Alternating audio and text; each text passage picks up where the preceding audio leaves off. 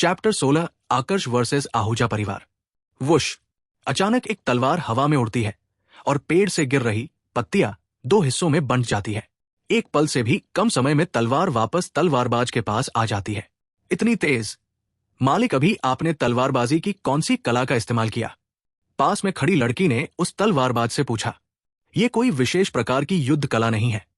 एक तलवारबाज के लिए सबसे जरूरी चीज होती है उसकी तलवार। लेकिन यह जरूरी नहीं है कि अगर आपके पास तलवार है तो आप जीतेंगे। तलवार से भी जरूरी है समय। जब दो योद्धा तलवार से एक दूसरे पर वार कर रहे होते हैं तो उनमें से जो पहले वार करता है उसके पास जीतने का मौका होता है। जितनी जल्दी तुम तलवार म्यान से निकालोगी उतनी जल्दी अपने दुश्मन पर वार कर पाओगी। तुम जितना तेज होगी उतना ही तुम्हारे पास जीतने का मौका होगा। आकर्ष ने हल्का मुस्कुराते हुए जवाब दिया। वो अभी तलवारबाजी की जिस कला का इस्तेमाल कर रहा था वो उसने अपने पिछले जीवन में सीखी थी। वो एक कमांडो था और हत्यारा भी, इसलिए उसने सारे हथियार चलाने सीखे थे, जैसे तलवार, धनुष, कृपाण। यही कारण था कि उसका कोई भी दुश्मन उसको उसके पिछले जीवन में मार नहीं पाया था। मगर उसका वह दोस्त जिसने उसे धोखा दिया था, अगर वो किसी तरह धरती पर वापस लौट पाए तो सबसे पहले अपने उस दोस्त को ही खत्म करेगा। उसने अपने पूरे जीवन में इतना कत्लेआम किया था कि सब लोग उसे मृत्यु का देवता कहने लगे थे। दिया, जैसा कि मैंने अभी तुम्हें बताया, रफ्तार सबसे जरूरी होती है। इसके बल पर तुम अपने से ताकतवर व्यक्ति को भी हरा सकती हो। हम योद्धाओं का सबसे जरूरी हथियार हमारी रफ्तार होता है। अगर किसी दिन तुम किसी ऐसे योद्धा से लड़ती हो जो तुमसे कई गुना ज्यादा ताकतवर है, उस समय अगर तुम्हारी रफ्तार तेज होगी तो तुम अपने दुश्मन के कुछ करने से पहले ही उसका गला काट चुकी होगी।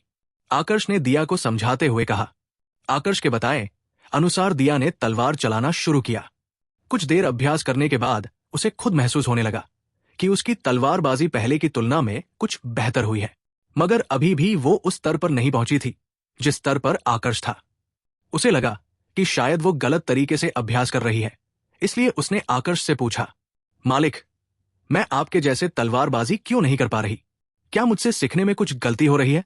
अभ्यास करते करते सुबह से दोपहर हो गई थी, पर अभी भी उसे आकर्ष की सिखाई इस नई युद्ध कला में कोई महारत हासिल नहीं हुई थी। तुम ऐसा क्यों पूछ रही हो? मैं सुबह से इस तलवार तकनीक का अभ्यास कर रही हूं, पर अभी तक आपके जितनी रफ्तार हासिल नहीं कर पाई हूं। दिया का जवाब सुनकर आकर्ष हंसने लगा। तुम बिल्कुल पागल हो। सिर्फ आधे दिन के अभ्यास से तुम इस तलवार तकनीक में महारत हासिल नहीं कर सकती। तुम्हें शायद जानकर हैरानी होगी, पर जब मैंने पहली बार यह तलवार तकनीक सीखी थी तब तुम्हारी जितनी रफ्तार हासिल करने के लिए मुझे पूरा एक दिन लगा था। इसलिए इतनी जल्दी हार मत मानो। निरंतर अभ्यास से सब कुछ संभव है। क्या सच में? दिया ने अपनी पलकें झपकाते हुए पूछा। आकर्ष की बात सुनकर उसका आत्मविश्वास फिर से बढ़ गया था। बिल्कुल, मैं भला तुमसे झूठ क्यों बोलूंगा? लेकिन इन सबसे पहले तुम्हें यह जानना होगा कि तुम्हें तलवार का इस्तेमाल कैसे करना है। तुम तलवार को कैसे पकड़ती हो, किस हाथ से पड़ती हो, हमला कैसे करती हो, ये सारी बातें तलवारबाजी सीखने के लिए जरूरी होती है। आकर्ष ने थोड़ा गंभीर होते हुए कहा। आपका धन्यवाद मालिक। मैं आपका विश्वास नहीं तोड़ूंगी और निरंतर अभ्यास करती रहूंगी। इतना कहकर दिया ने फिर से तलवारबाजी का अभ्यास करना शुरू कर दिया। आकर्ष भी वहां खड़े होकर उसके अभ्यास को देखने लगा। अचानक उसे ऐसा महसूस हुआ जैसे कोई उसे पर नजर रख रहा है। उसने पीछे मुड़कर देखा तो पाया कि उसकी मां रेवती उसी की ओर देख रही है। मां, तुम यहां? आकर्ष अपने पिछले जीवन में एक हत्यारा था, जिसका मतलब था कि अपने आसपास होने वाली प्रत्येक गतिविधि पर उसकी हर वक्त नजर रहती थी। पर रेवती कब उसके पीछे आकर खड़ी हो गई थी, इस बारे में उसे पता भी नहीं चला। रेवती ने आकर्ष के सवाल का कोई भी जवाब नहीं दिया और वही खड़े होकर चुपचाप दिया के अभ्यास को देखने लगी। दिया बार बार एक ही वार का अभ्यास कर रही थी, जिसका कारण रेवती को कुछ समझ नहीं आया। उसने आकर्ष की ओर देखते हुए पूछा, आकर्ष, तुमने दिया को कौन सी युद्ध कला सिखाई है? वो बार बार एक ही वार का अभ्यास क्यों कर रही है? अगर तुम्हारे पास कोई तलवार तकनीक नहीं है तो तुम मुझे कह सकते हो। मैं तुम्हें एक तलवार तकनीक खरीद कर दे दूंगी। मां, हमेशा जैसा दिखता है वैसा होता नहीं। आप जिन तलवार तकनीक को खरीदने की बात कर रही हो वो बस दिखने में अच्छी है, लेकिन युद्ध के समय वो बिल्कुल कमजोर हो जाती है। उनके बल पर युद्ध जीतना असंभव है। आकर्ष ने जवाब दिया। उसने मिश्रा परिवार के युद्ध गृह में मौजूद सभी युद्ध कलाओं को पढ़ा था। जब वो युद्ध कलाएं भी उसे पसंद नहीं आई थी तो खरीदी गई युद्ध कलाएं भला कैसे पसंद आती? आकर्ष, क्या तुम ये कहना चाहते हो कि तुमने अभी दिया को जो युद्ध कला सिखाई है वो उन युद्ध कलाओं से बेहतर है जो मैं खरीदूंगी? रेवती ने हैरान होते हुए पूछा। मां, अगर आपको विश्वास नहीं हो रहा है तो आप मुकाबला करके पता लगा सकती हो। आकर्ष ने हंसते हुए कहा। क्या अब तुम अपनी मां के साथ मुकाबला करना चाहते हो? रेवती ने पूछा। उसे विश्वास नहीं हो रहा था कि आकर्ष, जो अभी शारीरिक मंडल के तीसरे स्तर में है, वो उससे मुकाबला करना चाहता है। मां, जरा संभल कर।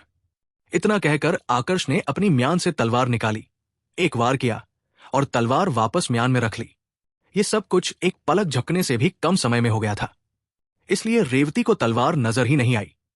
उसे बस एक चमकीली परछाई दिखाई दी और इससे पहले कि वो कुछ समझ पाती, आकर्ष ने अपना वार कर दिया था। रेवती समझ गई थी कि उसके पास इस वार का सामना करने का समय नहीं है, इसलिए उसने जल्दी से अपनी आंतरिक ऊर्जा का इस्तेमाल किया और अपने बचाव के लिए 2 कदम पीछे हट गई। उसके सिर पर इस समय एक हाथी की परछाई प्रकट हो चुकी थी, जिसका मतलब था कि आकर्ष के एक वार का सामना करने के लिए उसे एक हाथी की ताकत इस्तेमाल करनी पड़ रही थी। रेवती ने एक गहरी सांस ली और हैरानी से आकर्ष की ओर देखा। आकर्ष ने अभी जो वार किया था वो वही वार था जो उसने दिया को सिखाया था, लेकिन उसकी रफ्तार बहुत तेज थी। एक आम व्यक्ति के लिए तो उस वार को देख पाना भी बहुत मुश्किल था। अगर रेवती सही समय पर पीछे नहीं हटती तो अभी गंभीर रूप से घायल हो जाती। आकर्ष अपने इस वार से शारीरिक मंडल के 9वें स्तर के योद्धा तक को घायल कर सकता था, जिसकी ताकत एक हाथी के बराबर होती है। मां, अब आपको क्या लगता है? क्या अभी भी आपका यही कहना है कि मेरी सिखाई युद्ध कला बाजार से खरीदी गई युद्ध कलाओं से बेहतर नहीं है? आकर्ष ने मुस्कुराते हुए पूछा। उसे अपनी तलवार तकनीक पर पूरा भरोसा था। अगर एक शारीरिक मंडल के 6ठे स्तर का योद्धा उससे मुकाबला करता है तो वो एक झटके में अपनी तलवार से उसे खत्म कर सकता था। क्या ये तलवार तकनीक भी तुमको उस बूढ़े व्यक्ति ने सिखाई है जो तुम्हारे सपने में आया था? रेवती ने शक करते हुए पूछा। अपनी मां का सवाल सुनकर आकर्ष शर्मिंदा था। उसे अपनी मां से बातें छुपाने पड़ रही थी, पर वो मजबूर था। वो नहीं चाहता था कि उसके ताकतवर बनने से पहले कोई उसके रहस्य जाने। आकर्ष का चेहरा देख रेवती भी समझ गई थी कि आकर्ष इस सवाल का कोई जवाब नहीं देना चाहता, इसलिए उसने बात बदलते हुए कहा। आकर्ष, ये तलवार तकनीक मुझे पसंद आई। क्या तुम मुझे ये सिखा सकते हो? क्यों नहीं, आप चाहे तो दिया के साथ इसका अभ्यास कर सकती है। आकर्ष ने तुरंत जवाब दिया। आकर्ष के कहे अनुसार रेवती दिया के साथ उस तकनीक का अभ्यास करने लगी। क्योंकि रेवती चक्र मध्य मंडल की योद्धा थी, इसलिए दिया की तुलना में वो बहुत ही कम समय में उस तकनीक को सीख गई। सिर्फ 1 दिन के अभ्यास से वो आकर्ष के समान स्तर पर पहुंच गई, लेकिन हां, वो अभी भी आकर्ष के जितनी निपुण नहीं हो पाई थी। आखिरकार आकर्ष ने उस स्तर पर पहुंचने के लिए कई साल मेहनत की थी। उसे 1 दिन में सीख पाना किसी के लिए भी संभव नहीं था। अब आकर्ष पहले की तुलना में ज्यादा व्यस्त रहने लगा। वो सुबह से दोपहर तक अपनी युद्ध कला का अभ्यास करता, दोपहर से शाम तक अपनी मां रेवती और दिया दोनों को तलवार तकनीक सिखाता और शाम से रात तक मिश्रा परिवार के एल्डर्स के लिए दिव्य जल बनाता। पूरे दिन व्यस्त रहने के कारण आकर्ष अपने खुद के लिए समय नहीं निकाल पा रहा था, इसलिए उसने निर्णय किया कि वो सबसे पहले मिश्रा परिवार के एल्डर्स के लिए दिव्य जल बनाएगा। उसने आवश्यक सामग्री ली और अपने कमरे में जाकर दिव्य जल बनाने लगा। इसी तरह 3 दिन बीत गए। उसने इन 3 दिनों में इतने ज्यादा दिव्य जल का निर्माण किया था कि वो मिश्रा परिवार के एल्डर्स और उनके बच्चों के लिए 3 महीने तक पर्याप्त था। अपने सामने जड़ी बूटियां के उस पहाड़ को देख आकर्ष बहुत ज्यादा खुश था। उसने सबसे पहले सारी जड़ी बूटियां के 1/3 हिस्से को अपने पास रखा। वो मुफ्त में दिव्य जल नहीं बना रहा था। ये 1/3 जड़ी बूटियां उसकी फीस थी। उसने दिव्य जल बनाने के लिए पैसों की जगह जड़ी बूटियां इसलिए ली थी ताकि जब भी उसे सख्त शारीरिक दिव्य जल बनाना होगा तो उसे बाकी की जड़ी बूटियां खरीदनी नहीं पड़ेगी। 7 में से 6 जड़ी बूटियां उसके पास पहले से मौजूद होगी। आकर्ष, आहूजा परिवार के लोग तुमसे मिलना चाहते हैं। कुल प्रमुख ने तुम्हें बुलाया है। आकर्ष अपने ही विचारों में खोया हुआ था, तभी उसे कमरे के बाहर से रेवती की आवाज सुनाई दी। आहूजा परिवार, तो वो लोग आ ही गए। मैं कब से उनका इंतजार कर रहा था। आकर्ष ने अपने आप से कहा। जब वो दिया के साथ बाजार तलवार खरीदने गया था, उस समय एक परछाई उसका पीछा कर रही थी। आकर्ष ने उस परछाई को पहचान लिया था। वो आहूजा परिवार का व्यक्ति था जो उसकी जासूसी कर रहा था। आकर्ष समझ गया था कि आहूजा परिवार के लोग बहुत जल्द उससे मिलने आएंगे। इस समय मिश्रा परिवार के सभा कक्ष में वर्धन सिंह अपने सिंहासन पर बैठे थे और उनके पास में आशुतोष खड़ा था। उन दोनों के ठीक सामने आहूजा परिवार का कुल प्रमुख अभय आहूजा और श्रीकांत आहूजा बैठे थे। कुल प्रमुख, आपने मुझे बुलाया। अचानक सभा कक्ष के बाहर से आकर्ष की आवाज सुनाई दी। हाँ आकर्ष, कोई तुमसे मिलने आया है, वर्धन सिंह ने जवाब दिया। आकर्ष ने जैसे सभा कक्ष में प्रवेश किया तो उसका ध्यान वर्धन सिंह के पास खड़े आशुतोष पर गया। उसने मुस्कुराते हुए कहा, आशुतोष, मैंने सुना है तुम्हारे बेटे ने शारीरिक मंडल के तीसरे स्तर में प्रवेश कर लिया है। आशुतोष ने कोई जवाब नहीं दिया, बस आकर्ष की ओर देखकर हल्का मुस्कुराने लगा। उसकी आंखों में पश्चाताप के भाव थे। आकर्ष, ये आहूजा परिवार के कुल प्रमुख अभय आहूजा है और इनके साथ बैठे व्यक्ति श्रीकांत है। वर्धन सिंह ने आकर्ष से अभय आहूजा और श्रीकांत का परिचय करवाते हुए कहा। प्रणाम कुल प्रमुख आहूजा। आकर्ष ने अभय आहूजा को प्रणाम किया। मैंने तुम्हारी मां के बारे में बहुत सुन रखा है, सभी लोग उसकी बहुत प्रशंसा करते हैं। तुम भी बिल्कुल अपने मां के जैसे हो। काफी दिनों से लोग तुम्हारी भी प्रशंसा कर रहे हैं, अभय आहूजा ने मुस्कुराते हुए कहा। उसने आकर्ष के बारे में सब कुछ पता किया था। सबसे हैरान करने वाली बात उसे ये लगी थी कि आकर्ष ने सिर्फ एक ही महीने के अंदर शारीरिक मंडल के पहले स्तर से तीसरे स्तर में प्रवेश किया है। उसने अमन के दोनों बेटों को विकलांग कर दिया था, पर इसके बावजूद उसे कोई भी सजा नहीं मिली थी। इन सब से उसे इतना तो समझ आ गया था कि आकर्ष जितना सरल दिख रहा है उतना सरल है नहीं। अभय, तुम्हारे कहे अनुसार मैंने आकर्ष को बुला लिया है, क्या तुम्हें उससे कोई काम था? वर्धन सिंह ने पूछा। वर्धन सिंह के सवाल पूछते ही अभय आहूजा अपनी जगह से खड़ा हुआ और गुस्सा होते हुए आकर्ष से कहा, आकर्ष, तुम्हारी हिम्मत कैसे हुई?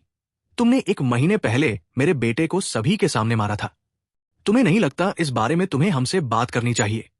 तुमने ना सिर्फ मेरे बेटे बल्कि श्रीकांत के बेटे को भी घायल किया है, पर इसके लिए माफी मांगने की जगह तुम हमसे ऐसे बात कर रहे हो जैसे कुछ हुआ ही नहीं। तुम्हारे पास अभी भी मौका है, अपनी गलती को सुधार लो वरना। अभय आहूजा की बात सुनकर वर्धन सिंह और आशुतोष दोनों आकर्ष की ओर देखने लगे। उन दोनों को अभी तक इस बारे में कुछ भी पता नहीं था। अगर पता होता तो वो शायद इस मामले को गंभीरता से लेते। कुल प्रमुख आहूजा, अगर आप यहां मेरे अपराध बताने आए हैं तो बता सकते हैं, मुझे इससे कोई भी फर्क नहीं पड़ता। जहां तक मुझे लगता है आपने भी उस दिन क्या हुआ था इस बारे में पता लगाया होगा। वहां मौजूद सभी लोग इस बात के गवाह हैं कि मैंने कोई भी अपराध नहीं किया है। सारी गलती आपके बेटे की थी और इस बात से आप भी भली भांति परिचित हैं। मेरे समझाने के बाद भी उसने मुझ पर हमला किया। मैंने आपके आहूजा परिवार का सम्मान करते हुए उसे सिर्फ विकलांग किया है, वरना मैं उसे खत्म भी कर सकता था। आकर्ष ने जवाब दिया। बस बहुत हुआ, तुम बस एक शिष्य हो। तुम्हारी हिम्मत कैसे हुई कुल प्रमुख से इस तरह बात करने की? क्या तुम्हारे मिश्रा परिवार में शिष्यों को यह नहीं सिखाया जाता कि बड़ों से बात कैसे की जाती है? अरे नहीं, मैं तो भूल ही गया, तुम मिश्रा परिवार से नहीं हो। पर जिस भी परिवार से हो, अगर फिर से कुल प्रमुख से इस तरह बात करने की कोशिश भी की तो अपनी जान से हाथ धो बैठोगे, श्रीकांत ने धमकी देते हुए कहा। उसकी आंखों में कत्ल का भाव साफ नजर आ रहा था। उसके सिर पर इस समय एक हाथी की परछाई प्रकट हो चुकी थी, जो किसी भी समय आकर्ष पर हमला करने को तैयार थी। चैप्टर 17, आकर्ष की चुनौती। श्रीकांत ने बिना किसी देरी के आकर्ष पर हमला कर दिया। किसी ने कल्पना भी नहीं की थी कि श्रीकांत मिश्रा परिवार के सभा कक्ष में आकर उन्हीं के परिवार के एक शिष्य पर हमला करने की कोशिश करेगा। इसके अलावा वो इस समय अपनी पूरी आंतरिक ऊर्जा का इस्तेमाल कर रहा था। उसके इरादे साफ थे, वो किसी भी कीमत पर आकर्ष को खत्म करना चाहता था। श्रीकांत शारीरिक मंडल के 9वें स्तर का योद्धा था, इसलिए पलक झपकते ही आकर्ष के सामने पहुंच गया। उसने अपना हाथ आकर्ष की ओर बढ़ाया ताकि एक ही झटके में उसकी गर्दन तोड़ सके। आकर्ष पहले से ही इस हमले के लिए तैयार था, इसलिए वो तुरंत 4 कदम पीछे हट गया। वो जानता था कि अगर वो एक बार श्रीकांत के हाथों पकड़ा गया तो उसे कोई भी नहीं बचा पाएगा, उसका मरना निश्चित है। पर शायद आकर्ष की किस्मत आज खराब थी। श्रीकांत ने जब देखा कि आकर्ष उसके पहले वार से बच गया है तो उसने तुरंत 2 कदम आगे बढ़कर एक लात आकर्ष को मार दी। ये वार इतना शक्तिशाली था कि आकर्ष उड़ता हुआ दीवार से जा टकराया। श्रीकांत ने इस वार में अपनी सारी आंतरिक ऊर्जा का इस्तेमाल किया था, इसलिए आकर्ष के मुंह और कान से खून निकलने लगा। उसका चेहरा पीला पड़ गया था। उसने किसी तरह अपने आप को संभाला और गुस्से से श्रीकांत की ओर देखने लगा। आंतरिक ऊर्जा के कारण वो घायल जरूर हुआ था, लेकिन उसे किसी भी प्रकार का दर्द महसूस नहीं हो रहा था। उसकी आंखों में कत्ल का भाव था। वो पहले वाला आकर्ष बन चुका था, जिसे सब मृत्यु का देवता कहते थे। श्रीकांत ने जब देखा कि आकर्ष उसके इस हमले से जिंदा बच गया है, तो वो फिर से उसकी ओर बढ़ा। श्रीकांत, तुम्हारी हिम्मत कैसे हुई हमारे सभा कक्ष में आकर हमारे ही शिष्य पर हमला करने की? श्रीकांत को दूसरी बार आकर्ष पर हमला करते देख वर्धन सिंह अपनी जगह से खड़े हुए और चिल्लाते हुए बोले, श्रीकांत, ये मत समझना कि तुम आहूजा परिवार से हो तो कुछ भी कर सकते हो। तुमने हमारे परिवार के सदस्य पर हमला किया है, इसलिए तुम्हें इसकी सजा जरूर मिलेगी। आशुतोष ने तुरंत अपनी आंतरिक ऊर्जा का इस्तेमाल किया और आकर्ष को बचाने उसके सामने पहुंच गया। उसके सिर पर इस समय 4 हाथियों की परछाई प्रकट हो चुकी थी। उसने अपनी सारी आंतरिक ऊर्जा अपने हाथ में एकत्रित की और श्रीकांत की ओर बढ़ा। उसके हाथ में इस समय 4 हाथियों की ताकत थी। अगर उसका कोई भी वार श्रीकांत को लगता तो उसका मरना निश्चित था।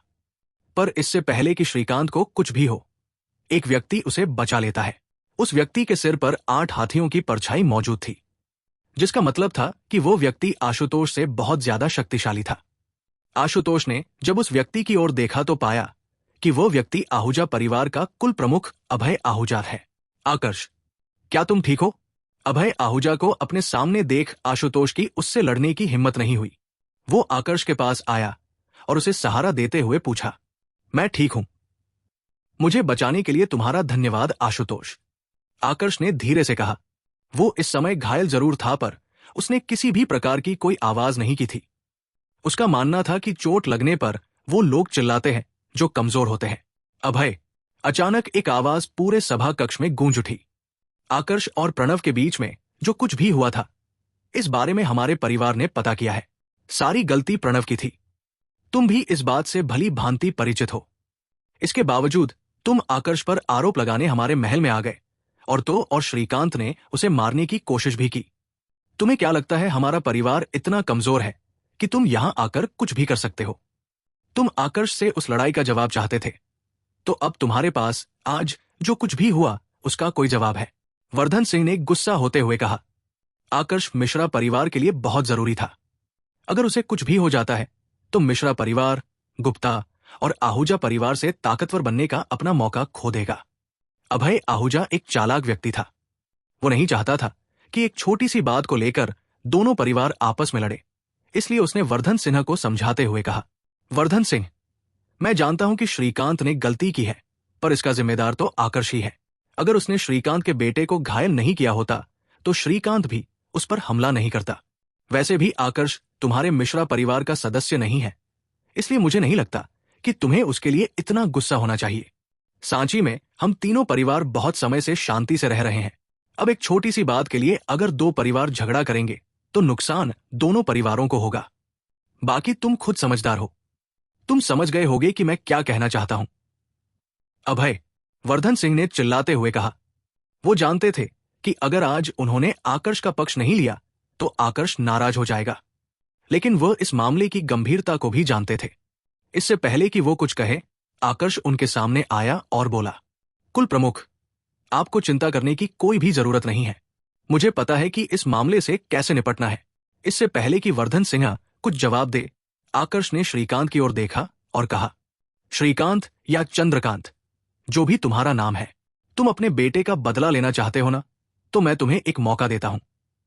आज से ठीक 3 महीने बाद मैं तुम्हारे आहूजा परिवार के महल में तुमसे मुकाबला करने आऊंगा और अपने हाथों से तुम्हारी जान लूंगा। क्या तुम्हें मेरी चुनौती स्वीकार है? क्यों नहीं, मुझे तुम्हारी चुनौती स्वीकार है। ये तो वक्त ही बताएगा कि 3 महीने बाद तुम मेरी जान लेते हो या मैं तुम्हारी। श्रीकांत ने तुरंत जवाब दिया। वो पहले इस बात से गुस्सा था कि वो अपने बेटे का बदला नहीं ले पाएगा, लेकिन अब उसका सारा गुस्सा गायब हो गया था। देखते हैं क्या तुम्हारे पास मुझे खत्म करने की क्षमता है या नहीं, आकर्ष ने सभा कक्ष से बाहर जाते हुए कहा। उसकी हिम्मत देख सभी हैरान थे, पर उन्हें यह पता नहीं था कि जिस आकर्ष ने चुनौती दी है वो हत्यारा आकर्ष है, जिसने कभी किसी के सामने अपना सिर नहीं झुकाया था। फिर वो भला एक छोटे से आहूजा परिवार के सामने अपना सिर कैसे झुका लेता? वर्धन सिन्हा, मुझे नहीं लगा था कि तुम्हारे मिश्रा परिवार में ऐसे भी योद्धा है जो मरने से नहीं डरते। आकर्ष जैसे योद्धा बहुत ही कम होते हैं, पर यह तो तुम भी जानते हो कि ऐसे लोगों की उम्र ज्यादा लंबी नहीं होती। पर हमें इससे क्या? श्रीकांत ने आकर्ष की दी चुनौती स्वीकार कर ली है, इसलिए हमारा इस मामले पर ज्यादा बात करने का कोई मतलब नहीं है। आहूजा परिवार को आकर्ष के आने का इंतजार रहेगा, अभय आहूजा ने हंसते हुए कहा, और श्रीकांत के साथ आहूजा परिवार के महल की ओर चल पड़ा। कुल प्रमुख, आपको आकर्ष को रोकना चाहिए था। ये तो आप भी जानते हैं कि आकर्ष चाहे कुछ भी कर ले, 3 महीने के बाद श्रीकांत को नहीं हरा सकता। आशुतोष ने कहा, उसे आकर्ष के मरने से कोई फर्क नहीं पड़ रहा था। उसे डर सिर्फ इस बात का था कि अगर आकर्ष को कुछ हो गया तो वह दिव्य जल कैसे बनाएंगे। बिना दिव्य जल के मिश्रा परिवार ताकतवर नहीं बन पाएगा। दिव्य जल मिलने के बाद उसके बेटे का ऊर्जा स्तर बहुत तेजी से बढ़ने लगा था। अगर दिव्य जल नहीं होगा तो उसका बेटा पहले के जैसे ही शारीरिक मंडल में फंसा रहेगा। आशुतोष की बात सुनकर वर्धन सिन्हा भी चिंतित थे। उन्होंने आकर्ष की आंखों में कत्ल का भाव देखा था। ऐसा भाव उन्हीं लोगों की आंखों में होता था जिन्होंने कई हजार लोगों को खत्म किया हो। मगर हैरानी वाली बात तो यह थी कि आकर्ष ने आज तक एक मच्छर को भी नहीं मारा था। फिर उसकी आंखों में इतना खतरनाक कत्ल का भाव कैसे आया? आज पहली बार आकर्ष की आंखों को देख वर्धन सिन्हा तक को डर लग रहा था। असल में योद्धा आम व्यक्ति से बहुत अलग थे। वो किसी की भी आंखों को देख ये पता लगा सकते थे कि सामने वाला व्यक्ति उनके बारे में कैसे भाव रखता है। आशुतोष, मैं इसमें कुछ भी नहीं कर सकता। ये फैसला आकर्ष का है, इसलिए उस पर भरोसा रखने के अलावा हम कुछ नहीं कर सकते। उम्मीद करो कि आकर्ष हमेशा की तरह हमें फिर से गलत साबित कर दे। अभी के लिए तुम एक काम करो, जाओ और पता लगाओ कि आकर्ष और प्रणव के बीच में लड़ाई किस बात को लेकर हुई थी। मुझे दोनों पक्ष के पहलू जानने हैं, इसलिए मामले की अच्छे से जांच करना, वर्धन सिंह ने कहा। जैसी आपकी आज्ञा, कुल प्रमुख। आशुतोष ने जल्दी से वर्धन सिन्हा को प्रणाम किया और कमरे से बाहर चला गया। उसके दिमाग में अभी भी आकर्ष ही घूम रहा था। आकर्ष ने अभिजीत को हराकर अपनी काबिलियत साबित की थी, पर श्रीकांत अलग था। अभिजीत केवल शारीरिक मंडल के 4थे स्तर का योद्धा था, वही श्रीकांत 9वें स्तर का। शारीरिक मंडल 9 स्तरों में बंटा था, जिसमें आकर्ष केवल 3रे स्तर में था। वो श्रीकांत को कैसे हरा सकता था जो शारीरिक मंडल के शिखर पर खड़ा था? आकर्ष धीरे धीरे चलते हुए अपने घर की ओर बढ़ रहा था। उसके पूरे शरीर पर खून लगा था, पर अभी भी उसके चेहरे पर कमजोरी के कोई भाव नहीं थे। जब वो अपने घर पहुंच गया, तब जाकर उसने अपना वह चेहरा दिखाया जिसे उसने सभी से छुपा रखा था। सिर्फ वही जानता था कि इतने समय तक उसने अपने शरीर में मौजूद दर्द को कैसे सहन किया है। उसे खून की उल्टियां होने लगी। वो इतना थक चुका था कि एक कदम भी आगे नहीं रख सकता था। उसे चक्कर आ रहे थे। उसकी आंखों के आगे अंधेरा छाने लगा और वो बेहोश होकर वहीं गिर गया। मालिक, आप ठीक तो है? आपकी ऐसी हालत किसने की? दिया, जो कि खाना बना रही थी। जैसे ही उसने आकर्ष को जमीन पर गिरा देखा तो वो भागकर उसके पास आई और उसे उठाया। वो किसी तरह उसे लेकर उसके कमरे में गई और बिस्तर पर सुलाया। उसकी आंखों में आंसू थे। वो आकर्ष की हालत देख डर गई थी। उसने रोते हुए कहा, मालिक, आपको क्या हुआ है? अपनी आंखें खोलिए। दिया के रोने की आवाज सुनकर आकर्ष ने अपनी आंखें खोली और धीरे से कहा, डरो मत, मुझे कुछ भी नहीं हुआ है। मैं बस थक गया हूं, इसलिए थोड़ा आराम करना चाहता हूं। उसने जब दिया की आंखों में आंसू देखे तो अपना हाथ आगे बढ़ाया और उसके आंसू पोंछने लगा। कुछ समय बाद रेवती भी घर लौट आई, जो कि बाजार गई हुई थी। उसने जैसे ही घर के दरवाजे के पास खून देखा तो वो डर गई। वो भागते हुए सीधे आकर्ष के कमरे में आई और उसकी हालत देख पूछा, आकर्ष, तुम्हारी ये हालत किसने की? मां, चिंता मत करिए, मैं ठीक हूं। मैंने इस बारे में कुल प्रमुख से भी बात की है। मैं इस मामले को अपने आप हल कर लूंगा। आकर्ष ने हंसते हुए कहा। उसकी हालत पहले से बेहतर थी। जब कुल प्रमुख वर्धन सिन्हा को पता चला था कि आकर्ष बेहोश हो गया है, तो उन्होंने वेदांत से कहकर 9वें स्तर की सुवर्णक्षती गोली भिजवाई थी, जिसके कारण उसके काफी जख्म भर गए थे। क्या ये सब अभय आहूजा ने किया है? रेवती ने धीरे से पूछा। नहीं, उसका नाम श्रीकांत था, जो अभय आहूजा के साथ आया था। पर आप चिंता ना करें, वो ज्यादा दिन जिंदा नहीं रहेगा। उसके पास सिर्फ 3 महीने बचे हैं, आकर्ष ने जवाब दिया। उसकी आंखों में फिर से कत्ल का भाव आ गया था। कुछ देर अपनी मां से बात करने के बाद आकर्ष गहरी नींद में सो गया। दरअसल 9वें स्तर की सुवर्णक्षती गोली में वेदांत ने नींद की दवाई भी मिला दी थी, ताकि आकर्ष गहरी नींद में सो जाए और उसके जख्म ज्यादा जल्दी भर सके। दिया, तुम आकर्ष का ध्यान रखना, मुझे कुछ काम है, रेवती ने दिया से कहा और वर्धन सिंह से मिलने चली गई। वर्धन सिंह से मिलने के बाद उसे पूरा मामला समझ में आ गया। उसने एक गहरी सांस ली और अपने गुस्से को शांत किया। उसका मन कर रहा था कि वो श्रीकांत को अभी खत्म कर दे, पर आकर्ष के कारण उसने अपने आप को रोक लिया। वो खुद भी देखना चाहती थी कि क्या आकर्ष 3 महीने बाद श्रीकांत को हरा पाएगा। उसने सोच लिया था कि अगर 3 महीने बाद आकर्ष श्रीकांत को नहीं हरा पाता है तो वो खुद श्रीकांत को खत्म करेगी, चाहे इसके लिए उसे पूरे आहूजा परिवार का सामना ही क्यों ना करना पड़े। वो अपने बेटे के लिए कुछ भी कर सकती थी। जल्दी ही पूरे सांची कस्बे में आकर्ष और श्रीकांत के मुकाबले की बात फैल गई। क्या तुमने सुना? मिश्रा परिवार के शिष्य आकर्ष ने आहूजा परिवार के एल्डर श्रीकांत को चुनौती दी है कि वो 3 महीने बाद उससे मुकाबला करेगा और सभी के सामने उसे खत्म भी करेगा। हाँ, मैंने इस बारे में सुना है। मैंने तो ये भी सुना है कि आकर्ष ने 1 महीने पहले किसी लड़की के लिए आहूजा परिवार के कुल प्रमुख के बेटे प्रणव आहूजा को सभी के सामने मारा था, और अभी ये जो मुकाबला होने वाला है ये इसी कारण से हो रहा है। मुझे तो श्रीकांत के लिए बुरा लग रहा है। आकर्ष ने उसके इकलौते बेटे को विकलांग कर दिया है। अच्छा, अभी मुझे याद आया, जब प्रणव आहूजा को आकर्ष ने मारा था तब मैं वहीं पर था, पर उस समय मुझे नहीं लगा था कि जिस लड़के ने उसकी पिटाई की है वो आकर्ष है। वो तो अभी मुश्किल से 16 साल का है और उसने श्रीकांत को चुनौती दे दी। अब हम इसमें क्या कर सकते हैं? शायद आकर्ष को अपना जीवन प्यार नहीं है। श्रीकांत शारीरिक मंडल के 9वें स्तर में है, वही आकर्ष ने कुछ समय पहले ही 3रे स्तर में प्रवेश किया है। वो कुछ भी कर ले, श्रीकांत के स्तर तक नहीं पहुंच पाएगा। पूरे सांची कस्बे में लोग इसी प्रकार की बातें कर रहे थे। सभी का यही सोचना था कि आकर्ष का ये आखिरी मुकाबला होगा। मिश्रा परिवार के सभा कक्ष में इस समय एक आपातकालीन सभा बुलाई गई थी, जिसमें सभी एल्डर्स मौजूद थे। यहां तक कि अमन भी इस सभा में मौजूद था, जो पिछले कई दिनों से अपने कमरे से बाहर नहीं निकला था। सभी एल्डर्स ने सांची कस्बे में हो रही चर्चाओं को सुना था, इसलिए वो सभी डरे हुए थे। अगर 3 महीने बाद आकर्ष को कुछ भी हो गया तो उनके लिए दिव्य जल कौन बनाएगा? कुल प्रमुख, अब हम क्या करें? वरिष्ठ अमर सिंह, अमन और रेवती को छोड़कर बाकी सभी एल्डर्स मुकाबले के बारे में सुनकर परेशान थे। वो बार बार वर्धन सिंह से इस मुकाबले को रोकने के लिए कह रहे थे। मैं जानता हूं कि तुम सभी लोग क्या चाहते हो। तुम चाहते हो कि मैं ये मुकाबला होने से रोक दूं, पर मैं ऐसा नहीं कर सकता।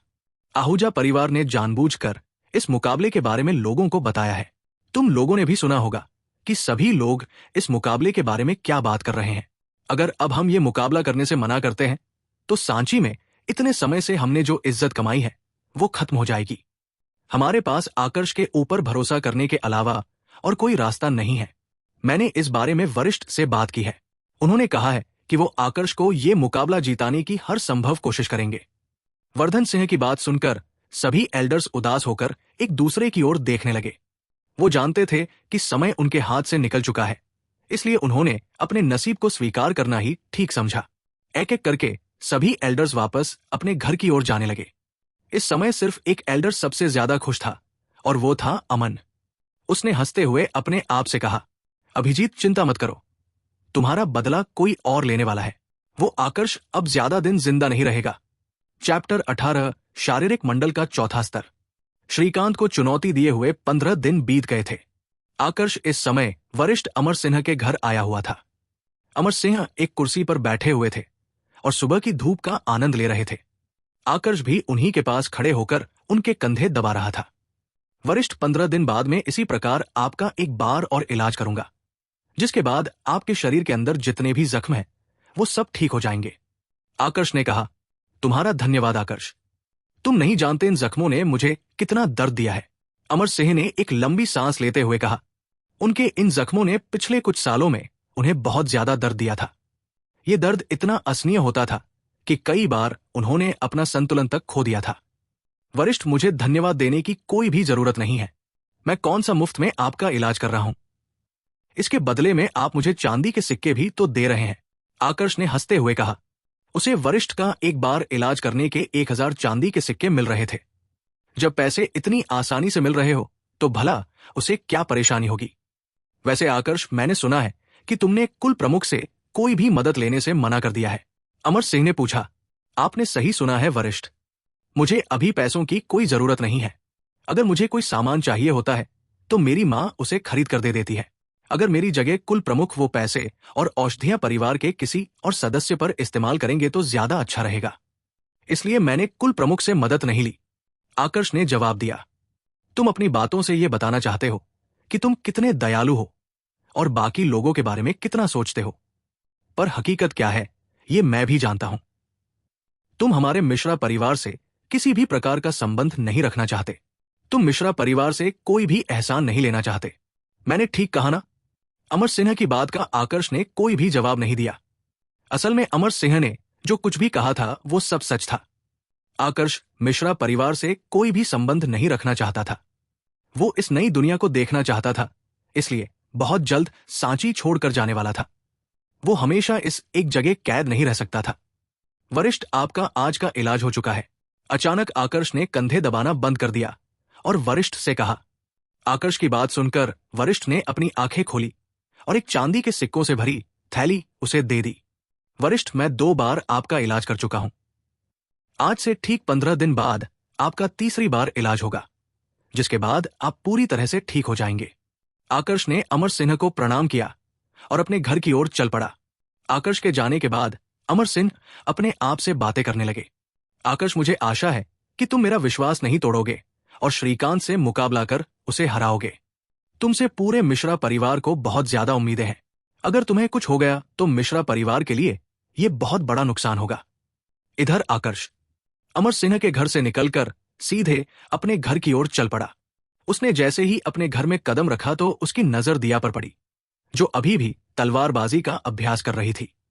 उसका पूरा शरीर पसीने से लथपथ था, पर उसकी झील सी शांत आंखों में अभी भी थकावट का कोई नामो निशान नहीं था।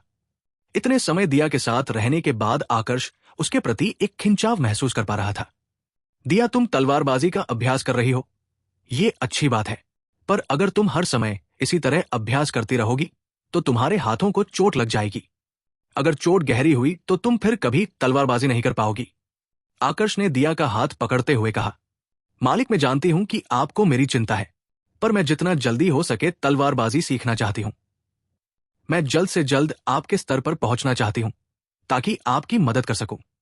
अगर मैं निरंतर अभ्यास नहीं करूंगी तो कमजोर रह जाऊंगी और हमेशा आपके साथ नहीं रह पाऊंगी, दिया ने धीमी आवाज में कहा। आखिरी वाक्य कहते हुए दिया का चेहरा शर्म से लाल हो गया था। तुम बिल्कुल पागल हो। मैं तुम्हें खुद से दूर क्यों करूंगा? मैंने पहले भी तुमसे कहा है, तुम जब तक चाहे हमारे साथ रह सकती हो। अब ज्यादा अभ्यास मत करो और जाकर थोड़ा आराम करो। आकर्ष ने दिया के बालों को ठीक करते हुए कहा। दिया से बात करने के बाद आकर्ष अपने कमरे में आया। उसने अपने नहाने के पानी में दिव्य जल मिलाया और उसी पानी में बैठकर सर्प शक्ति का अभ्यास करने लगा। धीरे धीरे सारा दिव्य जल उसके रोम छिद्रों से होकर उसके शरीर में प्रवेश करने लगा। रात होते होते आकर्ष ने सारा दिव्य जल अवशोषित कर लिया। जिस तरीके से मेरा ऊर्जा स्तर बढ़ रहा है, उस हिसाब से मैं कल सुबह तक शारीरिक मंडल के चौथे स्तर में प्रवेश कर लूंगा। पर अगर मुझे श्रीकांत को हराना है तो कम से कम शारीरिक मंडल के 7वें स्तर में पहुंचना होगा। ये दिव्य जल मेरी ताकत बढ़ा तो रहा है, पर साथ में समय भी बहुत ज्यादा ले रहा है। अगर मैं सिर्फ इसके भरोसे रहा तो मुकाबला होने तक 5वें स्तर में भी नहीं पहुंच पाऊंगा। लगता है मुझे बाजार से कुछ सामान खरीदना पड़ेगा, आकर्ष ने अपने आप से कहा। अगली सुबह आकर्ष जल्दी उठा और फिर से दिव्य जल अवशोषित करने लगा। वो बिना रुके सर्प शक्ति का अभ्यास कर रहा था। कुछ समय बाद उसके शरीर में कुछ परिवर्तन होने लगे। उसकी मांसपेशियां मजबूत होने लगी और शरीर पहले की तुलना में और ज्यादा कठोर हो गया। वो पहले से ज्यादा आकर्षित लग रहा था। आकर्ष ने अपनी आंखें खोली और अपने शरीर को ध्यान से देखा। जल्दी ही उसके चेहरे पर एक मुस्कुराहट आ गई। आखिरकार इतनी कोशिश के बाद मैं चौथे स्तर में प्रवेश करने में सफल रहा। जैसा मैंने सोचा था, चौथे स्तर में प्रवेश करने के बाद मुझे 300 पाउंड की ताकत मिली है, आकर्ष ने हंसते हुए कहा। उसके हंसने का सबसे बड़ा कारण था 300 पाउंड की ताकत। एक सामान्य योद्धा को शारीरिक मंडल के चौथे स्तर में प्रवेश करने के बाद 200 पाउंड की ताकत प्राप्त होती थी। वही आकर्ष को 300 पाउंड की ताकत प्राप्त हुई थी। वो भला खुश कैसे नहीं होता ये ताकत का अंतर लक्ष्य की बनाई युद्ध कला सर्वशक्ति के कारण आया था। आखिरकार वो एक अनंत मंडल के योद्धा की युद्ध कला थी। उसका दूसरी युद्ध कलाओं से अलग होना सामान्य था। दिव्य जल अवशोषित करने के बाद आकर्ष ने अपने कपड़े पहने और अपने कमरे से बाहर आया। Whoosh clang, whoosh clang. कमरे से बाहर आते ही आकर्ष को कुछ आवाजें सुनाई दी। उसने आवाज की ओर देखा तो पाया कि दिया हमेशा की तरह तलवारबाजी का अभ्यास कर रही है। वो तलवार को इस प्रकार चल रही थी कि ज्यादा आवाज ना हो। सुबह का समय था, इसलिए वो नहीं चाहती थी कि किसी की भी नींद खराब हो। आकर्ष समझ गया कि दिया इतना अभ्यास क्यों कर रही है। दिया ये सब उसके लिए कर रही थी। जब श्रीकांत ने आकर्ष को घायल किया था तो वो बहुत डर गई थी। वो नहीं चाहती थी कि आकर्ष के साथ ऐसा फिर कभी हो, इसलिए वो निरंतर अभ्यास कर रही थी। अभ्यास के कारण वो शारीरिक मंडल के तीसरे स्तर में पहुंच गई थी। पर अपनी सफलता पर उसे बिल्कुल भी खुशी नहीं थी, बल्कि वो अपने आप को ज्यादा ताकतवर बनाने के लिए और अधिक अभ्यास करने लगी। वो ये सारी मेहनत सिर्फ और सिर्फ उसके लिए कर रही थी। दिया ये अभ्यास करना बंद करो और मेरे साथ बाजार चलो, मुझे कुछ सामान खरीदना है। आकर्ष ने कहा, जी मालिक, पर आपको थोड़ा इंतजार करना होगा, मैं अभी आपके लिए खाना बनाकर लाती हूं। दिया ने धीमी आवाज में कहा, इसकी कोई भी जरूरत नहीं है, हम खाना बाहर ही खा लेंगे। तो मैं मालकिन के लिए खाना बना लेती हूं, तुम इसकी चिंता मत करो, मेरी मां अपने लिए खाना खुद बना लेगी। ये कहते हुए आकर्ष ने दिया का हाथ पकड़ा और बाजार की ओर जाने लगा। लेकिन जाने से पहले उसने अपनी मां को आवाज देते हुए कहा, मां, मैं और दिया खाना बाहर खाएंगे, आप अपने लिए खाना बना लेना। इतना कहकर आकर्ष और दिया बाजार की ओर चल पड़े। ये कुछ ज्यादा नहीं हो रहा, उसे एक पत्नी क्या मिली, वो तो अपनी मां को ही भूल गया। रेवती ने हंसते हुए कहा, मालिक रुकिए, मैं भी आ रहा हूं। अचानक आकर्ष के कानों में एक व्यक्ति की आवाज सुनाई दी। उसने आवाज की ओर देखा तो पाया कि एक मोटा सा लड़का भागते हुए उसी की ओर आ रहा है। क्या तुम मुझे आवाज दे रहे थे? आकर्ष ने उस मोटे लड़के से पूछा। उस लड़के को देख आकर्ष को ऐसा लग रहा था जैसे वो उसे जानता है। शायद ये पहले वाले आकर्ष का कोई साथी था। पर वो आकर्ष तो हमेशा बीमार रहता था, भला उससे कोई दोस्ती क्यों करेगा? जी मालिक, मैं आपको ही आवाज दे रहा था, उस मोटे लड़के ने तुरंत जवाब दिया। पर मैं तो तुम्हें नहीं जानता, आकर्ष ने शक करते हुए पूछा। मालिक, माना कि बचपन में मैं आपके कपड़े फाड़ देता था, पर इसके लिए आपको गुस्सा होने की कोई जरूरत नहीं है। बचपन में कौन शरारती नहीं होता। इसके अलावा जब आपने अभिजीत को सबके सामने हराया था तो आपने एक प्रकार से मेरी भी मदद की थी। अभिजीत हमेशा मुझे परेशान करता था, उस मोटे लड़के ने जवाब दिया। मेरे कपड़े फाड़ देता था? उस मोटे लड़के का जवाब सुनकर आकर्ष को गुस्सा आ गया, पर फिर उसे याद आया कि ये सब तो पहले वाले आकर्ष के साथ हुआ था। आकर्ष ने अपने आप को शांत किया और उस मोटे लड़के से पूछा, तुम अतुल हो? आकर्ष को पहले वाले आकर्ष की यादों से इस मोटे लड़के के बारे में पता चला था। ये मोटा लड़का, जिसका नाम अतुल था, सोमदत्त का बेटा था। अतुल बचपन में ही अपने दादाजी के साथ व्यापार करने सांची से बाहर चला गया था। पर कुछ दिन पहले जब अभिजीत और आकर्ष का मुकाबला होने वाला था तो परिवार के सभी सदस्य सांची वापस लौटे थे। उनमें अतुल और उसके दादाजी भी शामिल थे। मालिक, तो आपने मुझे पहचान लिया, अतुल ने चुलबुले ढंग से हंसते हुए कहा। तुम वापस कब आए, और इसके अलावा मुझे अपना मालिक क्यों कह रहे हो? आकर्ष ने पूछा। जहां तक उसे याद था, पहले वाला आकर्ष और अतुल ज्यादा बार नहीं मिले थे। फिर आकर्ष अतुल का मालिक कैसे बना? मैं 2 महीने पहले वापस आया था। और रही बात आपको मालिक कहने की, तो वो इसलिए क्योंकि आपने अभिजीत को हराकर मेरा बदला लिया है। मैंने उसी समय सोच लिया था कि अब से आप ही मेरे मालिक हो। अब क्योंकि मैं आपका आदमी हूं तो आपको मेरा अच्छे से ख्याल रखना होगा, अतुल ने कहा। अतुल की बात सुनकर आकर्ष समझ गया कि अतुल के साथ क्या हुआ होगा। अतुल जब वापस लौटा होगा तो किसी बात को लेकर रवि के साथ उसका झगड़ा हो गया होगा। अब क्योंकि रवि अतुल को नहीं हरा सकता है तो रवि ने अपने बड़े भाई अभिजीत की मदद ली होगी। इस तरह अतुल और अभिजीत एक दूसरे के दुश्मन बन गए होंगे। मैंने अभिजीत को सबक सिखाया क्योंकि उसने मुझे चुनौती दी थी। मैंने ये तुम्हारे लिए नहीं किया। इसके अलावा मुझे तुम्हारा मालिक बनने का भी कोई शौक नहीं है, इसलिए तुम यहां से जाओ और मुझे अपना काम करने दो, आकर्ष ने कहा। उसने दिया का हाथ पकड़ा और बाजार की ओर जाने लगा। अपने पिछले जीवन में उसने अपने एक दोस्त पर भरोसा किया था, पर उस दोस्त ने धोखे से उसकी हत्या करवा दी। वो इस जीवन में ये गलती वापस दोहराना नहीं चाहता था। आकर्ष का जवाब सुनकर अतुल आश्चर्यचकित था। अगर आकर्ष की जगह कोई और होता तो उसका मालिक बनने के लिए तुरंत मान जाता, पर आकर्ष का इस तरह उसे मना करना उसे थोड़ा अजीब लगा। चैप्टर 19 दिया का डर। मेरू रेस्टोरेंट सांची कस्बे का सबसे बढ़िया रेस्टोरेंट था।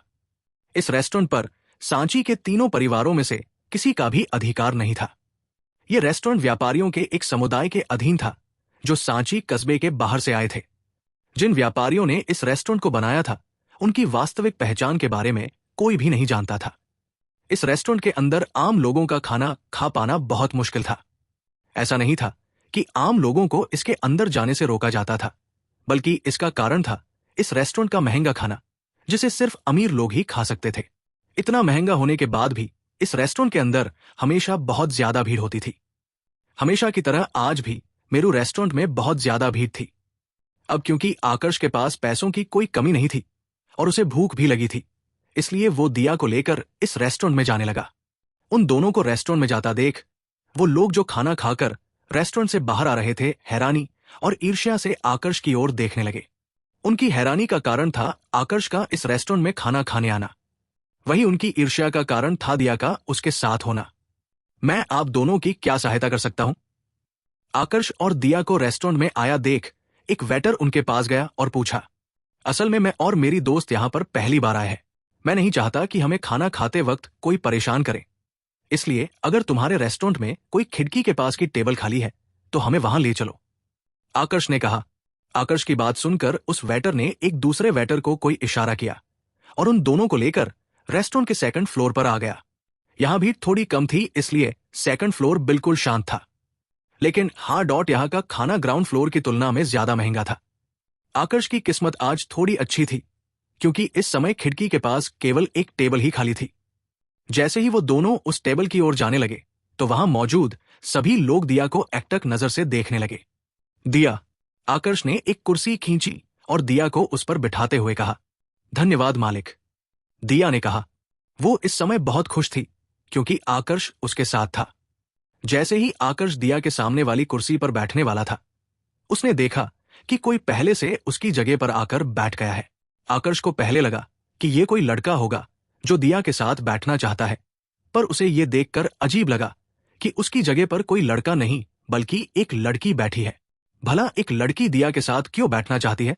आकर्ष ने अपने आप से पूछा। वो लड़की लगभग 16 साल की थी। वो दिया जितनी सुंदर तो नहीं थी, पर उसके मासूम चेहरे में कुछ तो बात थी। ऊपर से उसकी प्यारी सी मुस्कान। कुछ सेकंड के लिए उसके चेहरे ने आकर्ष का ध्यान भी अपनी ओर खींच लिया था।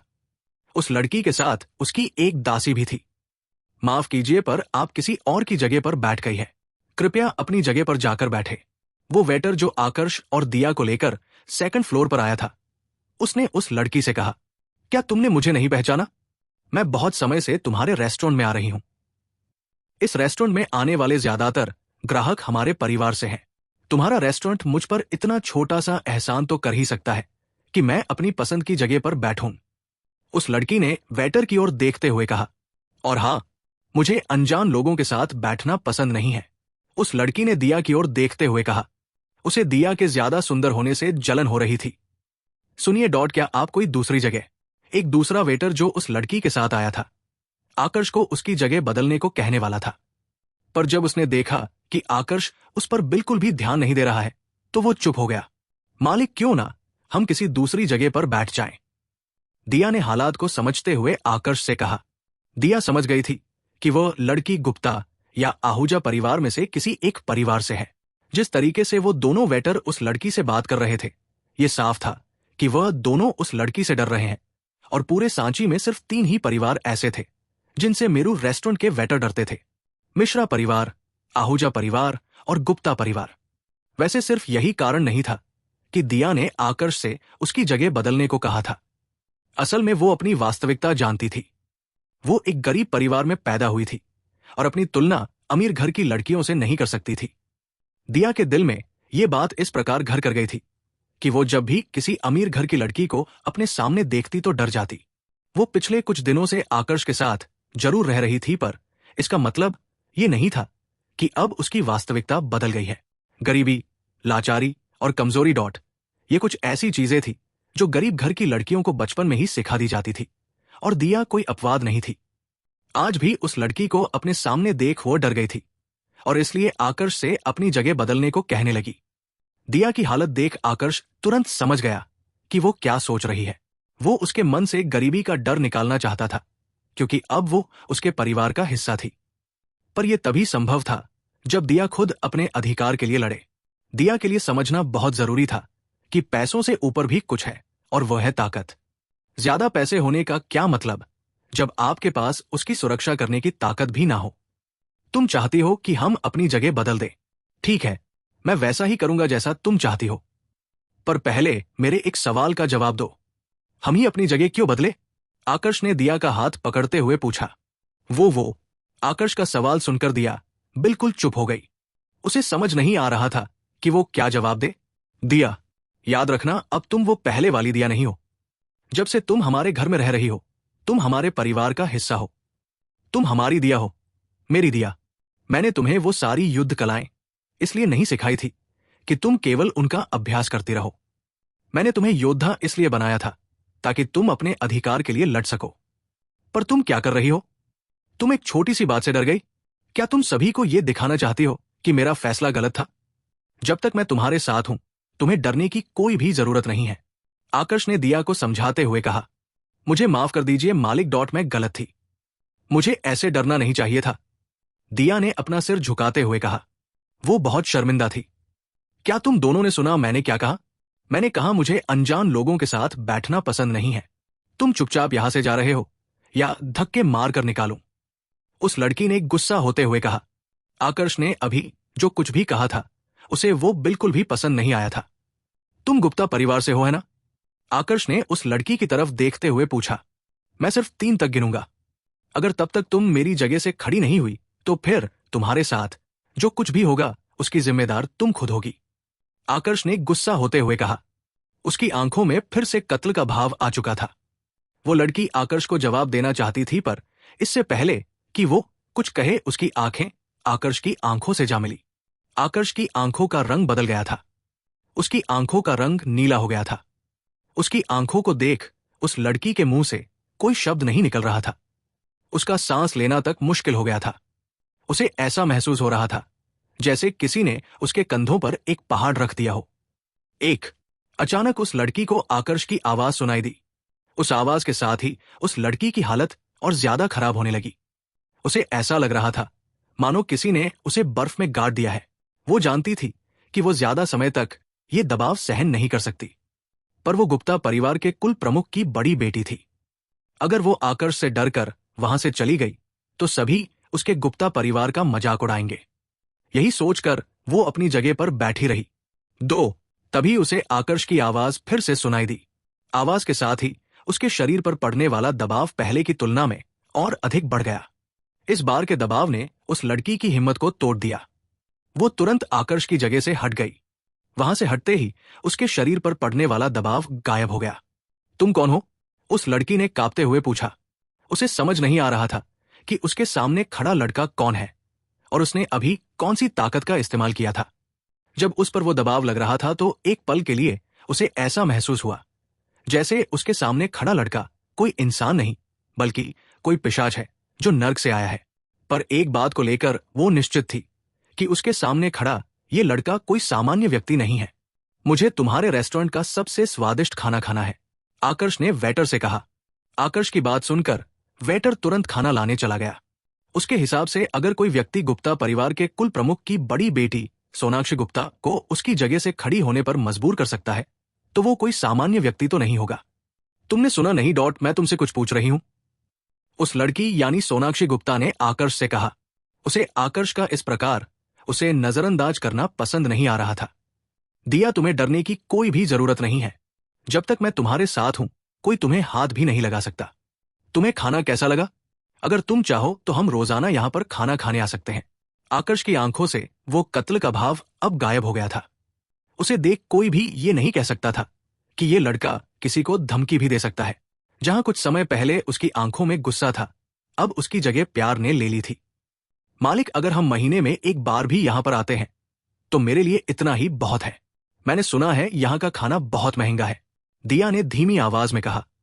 मुझे पता है कि मैं ज्यादा अमीर नहीं हूं, पर मेरे पास इतने पैसे तो है कि मैं अपनी दिया की इच्छाएं पूरी कर सकूं। आकर्ष ने दिया के बालों को ठीक करते हुए कहा। उसकी बात सुनकर दिया का चेहरा शर्म से लाल हो गया। क्या आप सुन रहे हैं? मेरी मालकिन कब से आपसे कुछ पूछ रही है? सोनाक्षी की दासी ने आकर्ष से कहा। क्या तुम्हारी मालकिन सबसे इसी तरह बात करती है? तुम्हारे लिए ऐसी मालकिन को सहन करना काफी मुश्किल होता होगा। आकर्ष ने सोनाक्षी की दासी की ओर देखा और मुस्कुराते हुए पूछा। नहीं नहीं, मालकिन मेरा बहुत अच्छे से ख्याल रखती है, दासी ने डरते हुए कहा। तुम्हें बोलने को किसने कहा? सोनाक्षी ने गुस्से से अपनी दासी की ओर देखते हुए पूछा। उसे इस समय अपनी दासी से जलन हो रही थी। जिस लड़के ने उसकी तरफ देखा भी नहीं, उसके किसी सवाल तक का जवाब नहीं दिया, उसने उसकी दासी से मुस्कुराकर बात की। उसने कभी नहीं सोचा था कि वो एक दिन अपनी दासी से भी जलन करेगी। सोनाक्षी। खिड़की के पास एक दूसरी टेबल पर बैठे 3 लड़कों ने सोनाक्षी को आवाज देते हुए कहा। उन तीनों की आवाज सुनकर सोनाक्षी ने पहले उन तीनों की ओर देखा और फिर आकर्ष की ओर। उसे देख ऐसा लग रहा था मानो वो आकर्ष को यह बताना चाहती हो कि वो भी कोई सामान्य लड़की नहीं है, उसके भी बहुत से चाहने वाले हैं। पर जल्दी ही उसकी मुस्कान गायब हो गई जब उसने देखा कि आकर्ष अभी भी उसे नजरअंदाज कर रहा है, जैसे उसे कोई फर्क ही नहीं पड़ रहा हो कि उसकी पहचान क्या है या उसके कितने चाहने वाले हैं। सोनाक्षी क्या हुआ? उन तीनों में से एक लड़के ने पूछा। सोनाक्षी क्या तुम्हें कोई परेशान कर रहा है? क्या तुम्हें हमारी मदद चाहिए? दूसरे लड़के ने पूछा। ये जगह मेरी थी पर इस लड़के ने मुझसे मेरी जगह छीन ली, सोनाक्षी ने उदास चेहरा बनाते हुए कहा। क्या इसकी इतनी हिम्मत की इसने तुमसे तुम्हारी जगह छीनी? लगता है ये मरना चाहता है। उन तीनों लड़कों ने जब सोनाक्षी से सुना कि आकर्ष ने उसकी जगह छीन ली है तो वो तीनों आग बबूला हो उठे। सोनाक्षी बहुत ज्यादा सुंदर तो नहीं थी, पर फिर भी उसकी गिनती सांची की सुंदर लड़कियों में होती थी। वो तीनों लड़के बहुत समय से सोनाक्षी का ध्यान अपनी ओर खींचना चाहते थे, पर उन्हें कोई मौका नहीं मिल रहा था। लेकिन आज सोनाक्षी ने सामने से उनसे मदद मांगी थी। तुम हम पर झूठा आरोप लगा रही हो। ये जगह पहले हमें दी गई थी और तुमने हमसे ये जगह छीनने की कोशिश की थी, दिया ने गुस्सा होते हुए कहा। आज पहली बार आकर्ष ने उसे गुस्सा होते देखा था। वो गुस्से में और भी ज्यादा सुंदर लग रही थी। आकर्ष के अलावा वो तीनों लड़के जो अभी सोनाक्षी का पक्ष ले रहे थे बिना अपनी पलकें झपकाए दिया को देखने लगे। वो इस समय भूल गए थे कि वो लोग सोनाक्षी के साथ है, ना कि दिया के। अगर उस लड़की को देखने से तुम्हारा मन भर गया हो तो क्या अब तुम लोग उस लड़के को सबक सिखाओगे? सोनाक्षी ने कर्कश आवाज में कहा। हाँ नहीं हमारा मतलब हाँ बिल्कुल, उन तीनों लड़कों ने अपने आप को संभालते हुए कहा। उन्हें विश्वास नहीं हो रहा था कि गुप्ता परिवार के कुल प्रमुख की बड़ी बेटी इतनी छोटी सी बात से जलन महसूस करने लगेगी। उन्होंने सुना था कि गुप्ता परिवार के एक नौकर ने एक बार एक नौकरानी को सोनाक्षी से ज्यादा सुंदर बता दिया था। उस दिन के बाद वो नौकर और नौकरानी दोनों गायब हो गए। गुप्ता परिवार के लोगों का कहना था कि वह दोनों अपने गांव चले गए हैं, पर हकीकत सभी को पता थी। असल में सोनाक्षी ने उन दोनों को मरवा दिया था। शायद तुम्हें पता नहीं है कि सोनाक्षी कौन है, तुमने उसकी जगह कैसे ली। इसी वक्त सोनाक्षी से माफी मांगो वरना हम तीनों तुम्हारा वो हाल करेंगे कि तुम्हारा परिवार भी तुम्हें पहचान नहीं पाएगा। उन तीनों लड़कों ने आकर्ष को धमकाते हुए कहा। चैप्टर 20 आकर्ष वर्सेस अंकुश। तुम मुझे धमकी दे रहे हो? उन तीनों लड़कों की बात सुनकर आकर्ष ने हंसते हुए पूछा। तुम्हें हंसी किस बात पर आ रही है? उन तीनों लड़कों में से एक लड़के ने पूछा। मैं समझ सकता हूं कि तुम सोनाक्षी के सामने अपने आप को अच्छा दिखाना चाहते हो, पर क्या तुम्हें लगता है कि तुम्हारे पास वो काबिलियत है जिससे तुम मुझे सबक सिखा सकते हो? क्या तुम्हारे पास इतनी ताकत है कि तुम मेरी हालत ऐसी कर सकते हो कि मेरे घर वाले भी मुझे ना पहचाने? कहीं तुम तीनों आहूजा परिवार से तो नहीं हो? आकर्ष ने उन तीनों लड़कों में से एक लड़के को पहचान लिया था। वो लड़का प्रणव आहूजा का साथी था। तुमने सही कहा हम आहूजा परिवार से हैं। कितनी अजीब बात है ना, आज गुप्ता और आहूजा दोनों परिवारों के सदस्य यहां खाना खाने आए हैं और तुमने दोनों से पंगा ले लिया। क्या तुम्हें अब भी लगता है कि तुम अकेले हम सभी का सामना कर सकते हो? सही कहा तुम बस एक छोटे बच्चे हो। जाओ और बच्चों के साथ खेलो, और हां, जाने से पहले घुटनों के बल बैठकर सोनाक्षी से माफी जरूर मांगना। अगर हमारा दिल पिघल गया तो क्या पता हम तुम्हें आसानी से जाने दे। उन तीनों लड़कों ने आकर्ष का मजाक उड़ाते हुए कहा। वो अपने घमंड में इस बात को भी भूल गए थे कि वो भी बच्चे ही हैं। सोनाक्षी गुप्ता परिवार के कुल प्रमुख की बेटी है। उसका घमंडी होना तो समझ में आता है, पर तुम लोगों में किस बात का घमंड है? आकर्ष ने कहा। उसकी बात सुनकर उन तीनों लड़कों का गुस्सा और ज्यादा बढ़ गया। पर आकर्ष ने आगे जो बात कही उसे सुनकर उन तीनों का चेहरा उतर गया। जब मैं सोनाक्षी से नहीं डरा तो तुम तीनों से क्यों डरूंगा, जिनकी इज्जत उनका खुद का परिवार नहीं करता? आकर्ष ने अफसोस जताते हुए कहा। तुम कुछ ज्यादा नहीं बोल रहे। अपने मुंह को अपने नियंत्रण में रखो। कहीं ऐसा ना हो कि इसकी वजह से तुम्हें बाद में पछताना पड़े। सोनाक्षी के सामने अपनी बेइज्जती होते देख उनमें से एक लड़के ने चिल्लाते हुए कहा। क्या अब तुम लोगों में सच्चाई सुनने की भी हिम्मत नहीं है? आकर्ष ने हंसते हुए कहा। मैं जानता हूं कि तुम्हारे मेरू रेस्टोरेंट के कुछ नियम हैं, पर अगर ये तीनों पहले मुझ पर हमला करते हैं तो मैं भी शांत नहीं बैठूंगा। क्या तुम्हारे रेस्टोरेंट को इससे कोई समस्या है? आकर्ष ने उस वेटर से पूछा जो उन्हें लेकर सेकंड फ्लोर पर आया था। उसके सवाल का उस वेटर ने कोई जवाब नहीं दिया। वो बस वही खड़ी होकर आकर्ष को देख रहा था। उसे आकर्ष की आंखों में कहीं भी डर नजर नहीं आ रहा था। तो क्या हुआ अगर हम पहले हमला करें?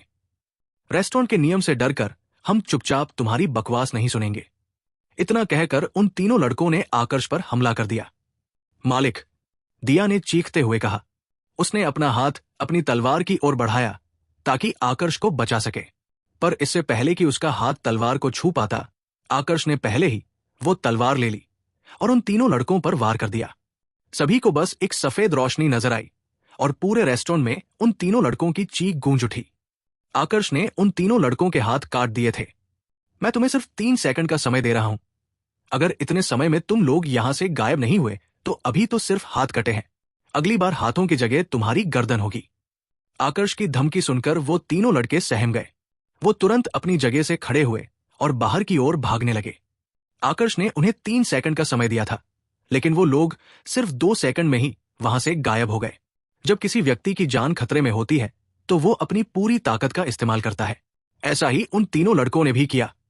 आकर्ष के पास खड़ा हुआ वो वेटर अभी भी आकर्ष को एकटक नजर से देख रहा था। वो आकर्ष की रफ्तार देख हैरान था। आकर्ष का वो वार इतना तेज था कि शारीरिक मंडल के 5वें स्तर के योद्धा के लिए भी उसे देख पाना बहुत मुश्किल था। इस समय सबसे ज्यादा खराब हालत तो सोनाक्षी की थी। वो इतना डर गई थी कि उसके मुंह से कोई आवाज तक नहीं निकल रही थी। सोनाक्षी के दासी की हालत भी कुछ ठीक नहीं थी। अपने सामने के दृश्य को देख वो इतना डर गई थी कि उसने अपनी आंखें बंद कर ली। उसे यकीन नहीं हो रहा था कि ये वही लड़का है जो कुछ समय पहले उससे मुस्कुराकर बात कर रहा था। दिया, जो कि आकर्ष के पास ही खड़ी थी, वो भी डर गई थी।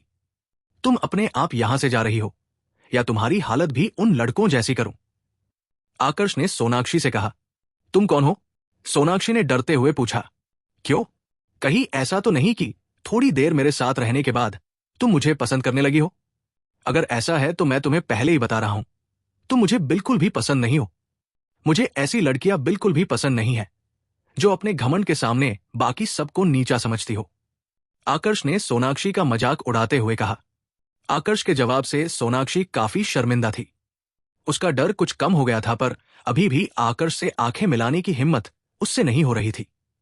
चलो सरिता, हम जाकर उन तीनों लड़कों की जगह पर बैठ जाते हैं। वैसे भी वो लोग अब यहां से जा चुके हैं और वापस नहीं आने वाले। सोनाक्षी ने अपनी दासी सरिता से कहा और उन तीनों लड़कों की जगह जाकर बैठ गई जिनके हाथ आकर्ष ने अभी काटे थे। उस टेबल को साफ करो और सोनाक्षी को जो भी चाहिए उसे दे दो, आकर्ष ने वेटर से कहा। सोनाक्षी घमंडी जरूर थी, पर कम से कम उसमें इतनी तो हिम्मत थी कि इतना सब कुछ होने के बाद भी वो वही खड़े होकर आकर्ष का सामना कर रही थी। जी जरूर, वेटर ने पूरे सम्मान के साथ सिर झुकाते हुए जवाब दिया। वो जानता था कि आकर्ष ऐसा व्यक्ति नहीं है जिसे नाराज किया जा सकता है। अभी जो कुछ भी हुआ था, क्या उसे देखकर तुम भी डर गई थी? आकर्ष ने दिया से पूछा। उसकी आवाज पहले के जैसी डरावनी और गुस्से से भरी हुई नहीं थी।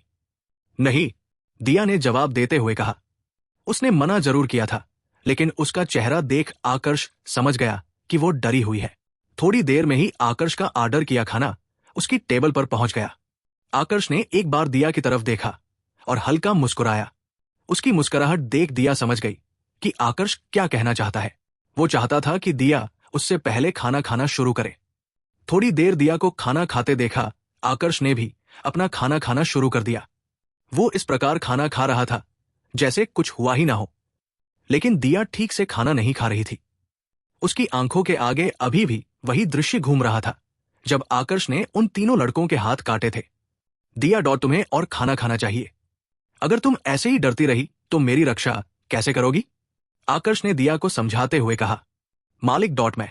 दिया ने कुछ कहना चाहा पर आकर्ष ने उसे बीच में ही रोकते हुए कहा, देखो आज नहीं तो कल मैं सांची कस्बे को छोड़कर चला जाऊंगा। अगर तुम मेरे साथ चलना चाहती हो तो तुम्हें अपने आप को मानसिक रूप से तैयार करना होगा। मैं जिस रास्ते पर हूं वो खून खराबे से भरा हुआ है। तुम जिस दृश्य से डर रही हो वैसे दृश्य भविष्य में कई बार होंगे। अगर तुम इसी तरह डरती रहोगी तो तुम्हें यही रहना होगा और भूल जाना कि हमने इस बारे में आज कुछ बात भी की है। मालिक मैं समझ गई, मैं खाना खा रही हूं, पर पहले आप वादा करिए कि आप मुझे कभी अकेला नहीं छोड़ेंगे। दिया की बात सुनकर आकर्ष हंसने लगा। उसने वादा किया कि वो कभी उसे अकेला छोड़कर नहीं जाएगा। जिसके बाद दिया खाना खाने लगी। आकर्ष इस समय बिना पलक झपकाए सिर्फ उसे ही देखे जा रहा था। वो दिया से कठोरता से बात नहीं करना चाहता था, पर साथ में वो ये भी जानता था कि अगर वो उससे कठोरता से बात नहीं करेगा तो वो अपने डर पर काबू नहीं कर पाएगी। तुम्हें यहां से चले जाना चाहिए। आहूजा परिवार के लोग किसी भी वक्त यहां आते होंगे। तुम्हें उनसे डर नहीं लग रहा क्या? अचानक आकर्ष को सोनाक्षी की आवाज सुनाई दी। तुम्हें मेरी फिक्र करने की कोई भी जरूरत नहीं है। मैं जानता हूं कि तुम्हारे मन में इस समय क्या चल रहा है। तुम चाहती हो कि आहूजा परिवार के लोग जितना जल्दी हो सके यहां पर आए और मुझे सबक सिखाएं। फिर मेरी फिक्र करने का दिखावा क्यों कर रही हो? आकर्ष ने बिना सोनाक्षी की तरफ देखे हुए कहा। मरना है तो मरो, मुझे उससे क्या? सोनाक्षी ने गुस्सा करते हुए कहा। आकर्ष के जवाब हमेशा उसे शर्मिंदा कर देते थे। वो उसे नजरअंदाज करना चाहती थी, पर ना चाहते हुए भी पता नहीं क्यों हर बार उसका मन करता था कि वो आकर्ष से बात करे। तुम जितना चाहो अपनी पहचान को छुपा सकते हो, पर मैं कैसे भी करके तुम्हारी पहचान पता लगा लूंगी, सोनाक्षी ने अपने आप से कहा। खाना खाने के बाद आकर्ष ने खिड़की से बाहर देखा तो पाया कि वो तीनों लड़के उसी रेस्टोरेंट की ओर आ रहे हैं। उन तीनों के हाथों पर पट्टियां बंधी हुई थी और उनके साथ एक और लड़का भी था जो लगभग 20 साल का लग रहा था। जल्दी ही वो चारों मेरू रेस्टोरेंट के सेकंड फ्लोर पर आ गए। उन चारों को वहां पर देख सोनाक्षी की आंखों में एक अलग चमक आ गई। उसने आकर्ष की ओर देखते हुए अपने आप से कहा, मेरे मना करने के बाद भी तुम यहीं पर बैठे रहे। अब देखो अंकुश आहूजा तुम्हारा क्या हाल करता है। अगर तुम मुझसे माफी मांग लेते हो तो शायद मैं तुम्हें बचा लूं। अंकुश भाई, ये वही लड़का है जिसने हमारे हाथ काटे थे। उन तीनों में से एक लड़के ने आकर्ष की ओर इशारा करते हुए कहा। हाँ, ये बात अलग थी कि उसने इशारा आंखों से किया था, क्योंकि उनके हाथ तो पहले ही कट चुके थे। आप शांत हो जाइए। हमारे रेस्टोरेंट के भी कुछ नियम हैं जिन्हें आप नहीं तोड़ सकते, एक वेटर ने अंकुश आहूजा को समझाते हुए कहा। मैं शांत हो जाऊं? अब तुम्हें तुम्हारे रेस्टोरेंट के नियम याद आ रहे हैं। उस समय ये नियम कहां गए थे जब इस लड़के ने हमारे आहूजा परिवार के इन तीनों शिष्यों के हाथ काटे थे? जानते हो इनकी चोट कितनी गहरी थी? अंकुश की बात सुनकर सोनाक्षी का चेहरा उतर गया। बातों बातों में वो ये भूल गई थी कि आकर्ष का एक दूसरा चेहरा भी है जिसे वो किसी भी हालत में फिर से नहीं देखना चाहती थी। मैं तुम्हें एक मौका दे रहा हूं, या तो अपने आप को खत्म कर दो या फिर मैं तुम्हें खत्म करूंगा। वैसे मैं तुम्हें बता दूं कि मुझे लोगों को तड़पाना बहुत पसंद है, अंकुश ने आकर्ष से कहा। उसके हिसाब से एक शारीरिक मंडल के चौथे स्तर का योद्धा उसका कुछ भी नहीं बिगाड़ सकता था। ये तीनों तुम्हारे आहूजा परिवार के शिष्य हैं। मुझसे हारने के बाद ये तुम्हें बुलाकर लाए हैं। क्या तुम्हारे आहूजा परिवार के शिष्यों को यही सिखाया जाता है? आकर्ष ने हंसते हुए पूछा। अंकुश को अपने सामने देख आकर्ष बिल्कुल भी नहीं घबराया था। उल्टा वो उसकी बातों को इस प्रकार नजरअंदाज कर रहा था जैसे अंकुश कोई छोटा बच्चा हो। तुम्हें अभी पता चल जाएगा कि हमारे आहूजा परिवार के शिष्यों को क्या सिखाया जाता है। इतना कहकर अंकुश आकर्ष की ओर उछला। वहीं रुक जाओ। इससे पहले कि अंकुश आकर्ष को छू भी पाता, उसे एक आवाज सुनाई दी, जिसे सुनकर वो अपनी जगह पर ही रुक गया। ये आवाज एक बूढ़े व्यक्ति की थी जो धीरे धीरे चलते हुए अंकुश की ओर आ रहा था। रेस्टोरेंट के सभी वेटर उसे प्रणाम कर रहे थे और एक ही नाम ले रहे थे, मैनेजर सहदेव। प्रणाम मैनेजर सहदेव। उस बूढ़े व्यक्ति को अपने सामने देख अंकुश ने सम्मानपूर्वक उसे प्रणाम किया। अंकुश, तुम जानते हो कि हमारे रेस्टोरेंट के क्या नियम है। अगर तुम्हें इस लड़के से कोई भी समस्या है तो तुम रेस्टोरेंट के बाहर उसे सुलझा सकते हो। रेस्टोरेंट के अंदर ये हमारा ग्राहक है और मेरे यहां होते हुए तुम उसे कुछ भी नहीं कर सकते। मैनेजर सहदेव ने अंकुश से कहा। उनकी आंखों में गुस्सा साफ नजर आ रहा था। वो बस आहूजा परिवार के कारण शांत थे, वरना अंकुश कब का ये दुनिया छोड़कर चला गया होता। मुझे माफ करें मैनेजर सहदेव डॉट, मैं आगे से ध्यान रखूंगा। अंकुश ने एक झूठी हंसी हंसते हुए जवाब दिया। डॉट और तुम डॉट, मैं रेस्टोरेंट के बाहर तुम्हारा इंतजार करूंगा। अगर तुम्हारे अंदर हिम्मत है तो तुम मुझसे मुकाबला करने बाहर आना, वरना किसी डरपोक की तरह पूरी जिंदगी इसी रेस्टोरेंट में बैठे रहना। अंकुश ने आकर्ष की तरफ देखते हुए कहा। तुम फिक्र मत करो, मैं तुम्हें ज्यादा इंतजार नहीं करवाऊंगा। एक बार मेरी दिया खाना खा ले तो मैं तुमसे मिलने बाहर आ जाऊंगा। आकर्ष ने बिना डरे जवाब दिया। उसे देख ऐसा लग रहा था मानो उसे अंकुश के होने या ना होने से कोई भी फर्क नहीं पड़ रहा है। दिया, जल्दी से खाना खत्म करो, देखो कोई बड़ी बेसब्री से मेरा इंतजार कर रहा है, आकर्ष ने दिया से कहा। सहदेव वहां से जाने वाले थे, पर आकर्ष का जवाब सुनकर वो अपनी जगह पर ही रुक गए। उन्होंने ध्यान से आकर्ष को देखा और उसे समझने की कोशिश करने लगे। उन्हें कहीं से भी ऐसा नहीं लग रहा था कि आकर्ष अंकुश से डरा हुआ है। सहदेव के विपरीत बाकी सभी लोगों को आकर्ष पर दया आ रही थी। अंकुश शारीरिक मंडल के 6ठे स्तर का योद्धा था और आकर्ष उसे किसी भी हालत में नहीं हरा सकता था। उनके हिसाब से इस मुकाबले का परिणाम निश्चित था। आकर्ष की मौत